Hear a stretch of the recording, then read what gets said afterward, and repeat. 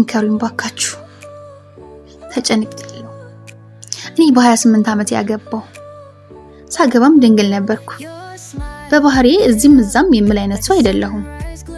በመማርና በመስራት ነው እድሜን የተጠቀምኩት ያገባሁት ባል የስንፈተ ወሲብ ችግርና በአጠቃላይ ብልቱ አካባቢ የሆርሞን ችግር እንዳለበት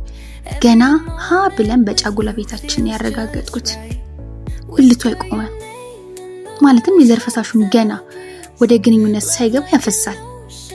በተፈጥሯዊ መንገድ ለማስተካከል በአመጋገብ በስፖርት በአኗኗር ሞከርን ለውጥ የለም እኔ በባህሪ ግልጽ ነኝ እሱ ሊያግዘው ይችላል የተባለውን ነገር ሁሉ አድርጌያለሁ ዘመናዊ ህክምና በስንት ምክርና ልመና ሄደ የመጀመሪያው ፍርሃታችን እንዴት ወንድ ሆኜ ይህ ችግር እንዳለብኝ እናገራለሁ ከሚል የስነ ልቦና ህመም እንዲወጣ አግዞ ሄድን ግን እየተከታተለ ነው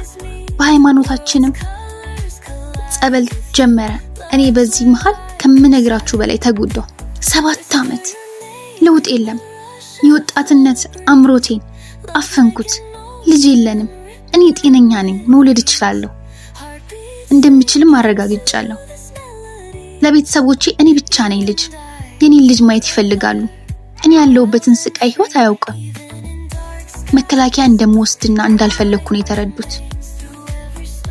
ከጭንቀቴ ብዛት ምግብ ሳልበላ ኪሎ እየጨመረ ተቸገርኩ